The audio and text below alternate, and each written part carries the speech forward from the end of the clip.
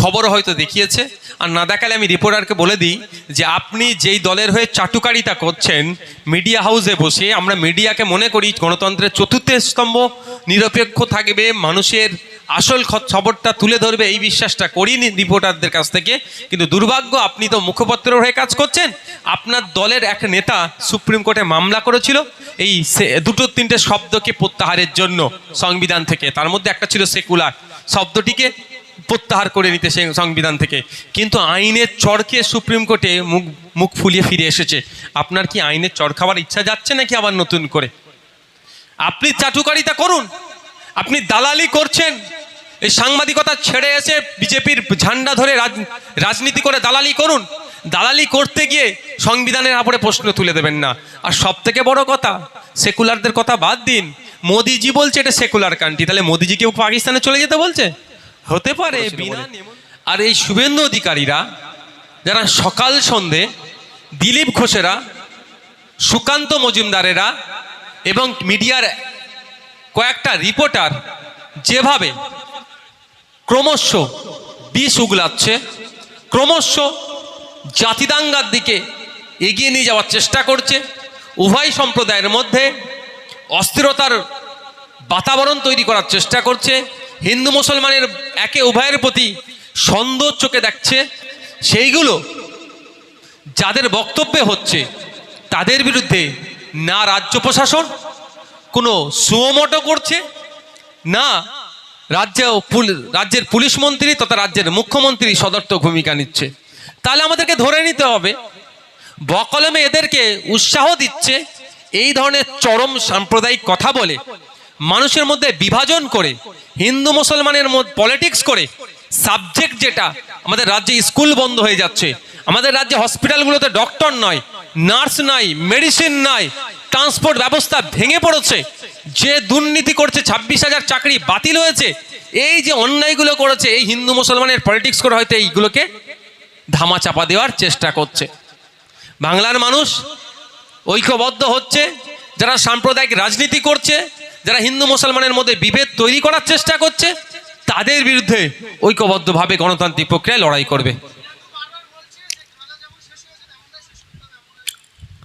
তখন ব্যাপারটা হচ্ছে এইখানে তো বর্ডারে তো যাচ্ছে না, এরা এইখানে দাঁড়িয়ে চিৎকার করছে, বিধানসভার সামনে দাঁড়িয়ে চিৎকার করতে করতে দেশ বিরোধী স্লোগান দিয়ে দিল। এখনো পর্যন্ত মামলা হলো না সুমোটো, অবাক লাগছে। আর আমরাই কবে একবার সেই, অবশ্যই সেই সব পুলিশকে তো আমি দালাল বলি না ভাই, কিন্তু যে পুলিশ দালালি করছিল তাকে দালাল বলেছে বলে আমার বিরুদ্ধে মামলা করে দিল। ভাবতে হবে আপনাদেরকে। এই শুভেন্দু অধিকারী যখন বাংলাদেশে সংখ্যালঘুদের ওপর, হিন্দুদের উপর অত্যাচার হচ্ছিল, আমরা রাস্তায় নেমে প্রতিবাদ করেছিলাম, কিন্তু এরা নাটকে প্রতিবাদ করে হিন্দুদেরকে খাপিয়ে তুলে ভোট নেওয়ার চেষ্টা করেছিল। এরা কিন্তু আদানিরা বা আমাদের দেশ থেকে যে ইলেকট্রিকগুলো যাচ্ছে সেগুলো বন্ধ করার কথা বলেনি। পেঁয়াজ বন্ধ করতে হবে, চাল যাওয়া বন্ধ করতে হবে, কৃষকদের পেটে মারবে, হাতে মারার চেষ্টা হয়েছে, কিন্তু যে ইলেকট্রিক যাচ্ছে সেটা বন্ধ করার কথা বলেনি। আর আপনারা দেখুন শুভেন্দু অধিকারী অনেক চিৎকার করছে, একবারও বলছে না যে বর্ডারের ধারে গিয়ে আমি আমাদের সেনাদের হয়ে লড়াই করব। বরঞ্চ আমরা বলছি এই সুযোগ আছে, যেভাবে পাকিস্তান বারবার আমাদের দেশকে ডিস্টার্ব করে, আমাদের দেশে ঢুকে শুনছি যেটা, আমি তো আমার কাছে কোনো আমার কাছে তো গোয়েন্দা বিভাগ নাই, রাজ্য সরকার যেটা, কেন্দ্র সরকার যেটা বলছে বা তাদের প্রতিনিধি যেগুলো বলছে শুনতে পাচ্ছি, এতে নাকি পাকিস্তান যোগ আছে। এই সুযোগে তো পাকিস্তানকে জবাব দিতে হবে। তো যদি শুভেন্দু অধিকারী যেতে ভয় পাই বাদ দিন, আমরা যাওয়ার জন্য প্রস্তুত আছি। প্রয়োজন আমাদেরকে ডাকুক, আমরা সীমান্তে গিয়ে দেশের হয়ে লড়াই করব। আর শুভেন্দু বাবু বাজার গরম করার কথা বলছে। শুভেন্দু বাবু কি একবারের জন্যও বলেছে পাকিস্তানের যারা ব্যবসা করে ইন্ডিয়া থেকে সেটা বন্ধ হবে? একবারের জন্য বলেনি। এটা বলেনি যে ইন্ডিয়া থেকে পাকিস্তান ইলেকট্রিক কিনে, বিদ্যুৎ কেনে, বিদ্যুৎ দেওয়া বন্ধ করে দেবো, পাকিস্তানকে অন্ধকারে রাখবো, এটা বলেনি। এটা বললেই কিন্তু মোদি ওনাকে চুপ করে বস, অমিত শাহ বলবে তুই বেশি বকিস না, চুপ কর, কারণ ইন্ডিয়া থেকে যে ইলেকট্রিকটা যাচ্ছে সেটা মোদি অমিত শাহজিদের বন্ধু পাঠাচ্ছে, তো এ কথা বলছে না। শুভেন্দু বাবু শুধু মানুষকে ভড়কিয়ে পলিটিক্স করতে চাইছে, ক্ষমতার মসনদে যেতে চাইছে।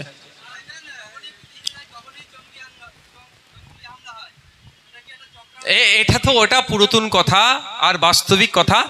যখন বিজেপি দুর্বল হয় তখন এই ধরনের জঙ্গি আক্রমণ হয়।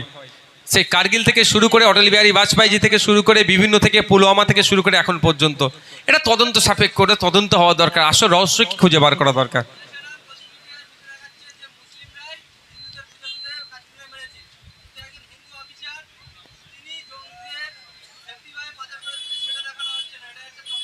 হ্যাঁ, দেখছিলাম একটা পেপারে, টাইমস অফ ইন্ডিয়ান এক্সপ্রেসের একটা পেপারের কাটিং দেখছিলাম।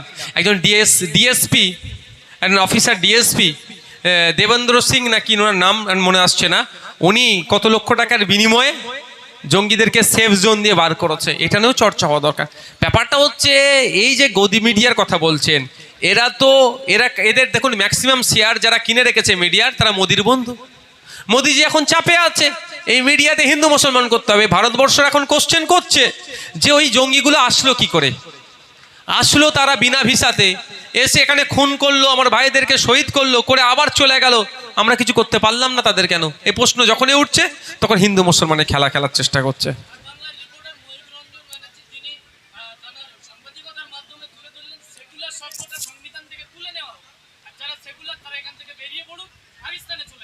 আমি আপনাদের কথা বলি, ওই আপনি যে রিপোর্টারের নাম নিলেন, সে রিপোর্টার মনে খবর হয়তো দেখিয়েছে, আর না দেখালে আমি রিপোর্টারকে বলে দিই যে আপনি যেই দলের হয়ে চাটুকারিতা করছেন মিডিয়া হাউসে বসে, আমরা মিডিয়াকে মনে করি গণতন্ত্রের চতুর্থ স্তম্ভ, নিরপেক্ষ থাকবে, মানুষের আসল খবরটা তুলে ধরবে, এই বিশ্বাসটা করিনি রিপোর্টারদের কাছ থেকে। কিন্তু দুর্ভাগ্য, আপনি তো মুখপত্রের হয়ে কাজ করছেন। আপনার দলের এক নেতা সুপ্রিম কোর্টে মামলা করেছিল এই দুটো তিনটে শব্দকে প্রত্যাহারের জন্য সংবিধান থেকে, তার মধ্যে একটা ছিল সেকুলার শব্দটিকে প্রত্যাহার করে নিতে সেই সংবিধান থেকে। কিন্তু আইনের চড়কে সুপ্রিম কোর্টে মুখ ফুলিয়ে ফিরে এসেছে। আপনার কি আইনের চড় খাওয়ার ইচ্ছা যাচ্ছে নাকি আবার নতুন করে? আপনি চাটুকারিতা করুন, আপনি দালালি করছেন, এই সাংবাদিকতা ছেড়ে এসে বিজেপির ঝান্ডা ধরে রাজনীতি করে দালালি করুন। দালালি করতে গিয়ে সংবিধানের উপরে প্রশ্ন তুলে দেবেন না। আর সব থেকে বড় কথা, সেকুলারদের কথা বাদ দিন, মোদিজি বলছে এটা সেকুলার কান্ট্রি, তাহলে মোদিজি কেউ পাকিস্তানে চলে যেতে বলছে? হতে পারে বিনা নেমন্তণে মোদিজি পাকিস্তানে গিয়ে একবার বিরিয়ানি খেয়ে এসেছে, খুব মনে ওনার ভালো লেগেছিল। ওই ময়ূককে হয়তো গোপনে গোপনে বলেছে, ময়ূক তুই এমন কথা বল যাতে আমি পাকিস্তানে চলে যাই, যে শুধু বিরিয়ানি গিলবো। অটল বিহারী বাজপেয়ীজিকে আমরা সবাই জানি, তিনি বারবার বলেছেন এদেশ সেকুলার ছিল, সেকুলার আছে, সেকুলার থাকবে। তাহলে কি যিনি মারা গিয়েছেন অটল বিহারী বাজপেয়ীজি, তাকেও কি দেশ, মানে যদি বেঁচে থাকলে কি তাকেও দেশ থেকে তাড়িয়ে দিতেন নাকি? এগুলো হচ্ছে সব ধান্দাবাজি হচ্ছে। 2026-এর টিকিট বা রাজ্যসভার একটা টিকিট নেওয়ার জন্য এত হই হই করছে এরা।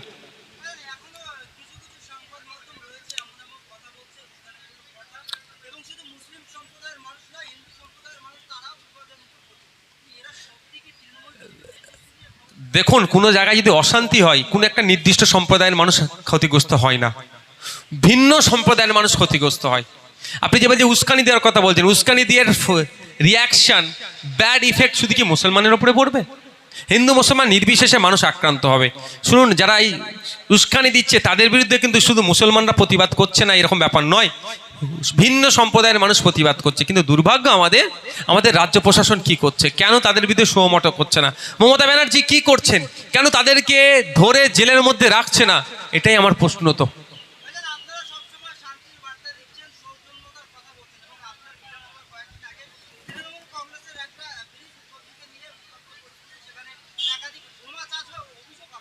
তৃণমূল বোমা চার্জ করে আমাদের নামে মিথ্যা অভিযোগ দিচ্ছে। ভাই, দেখলেন না আমাদের ছেলেরা বাসন্তী হাইওয়ের ওপর দিয়ে যাচ্ছিল শান্তিপূর্ণ একটা প্রতিবাদ করতে, পুলিশ কিভাবে নির্বিচারে লাঠি চার্জ করে মাথা ফাতা ফাটিয়ে দিয়েছিল? আপনারাই তো দেখিয়েছেন, এটা তো ক্যামেরায় দেখা যাচ্ছে, বলে জানতে পেরেছি। তৃণমূল বোম চার্জ করছে, আইএসএফের ছেলেদের নামে মিথ্যা করে মামলা দিয়ে দিচ্ছে। আইনি লড়াই হবে, ন্যায়কে প্রতিষ্ঠা করার জন্য সমাজ ব্যবস্থা পরিবর্তন করতে এসেছি, এগুলো স্বাভাবিক ব্যাপার, এগুলো মেনে নিতে হবে। Thank you.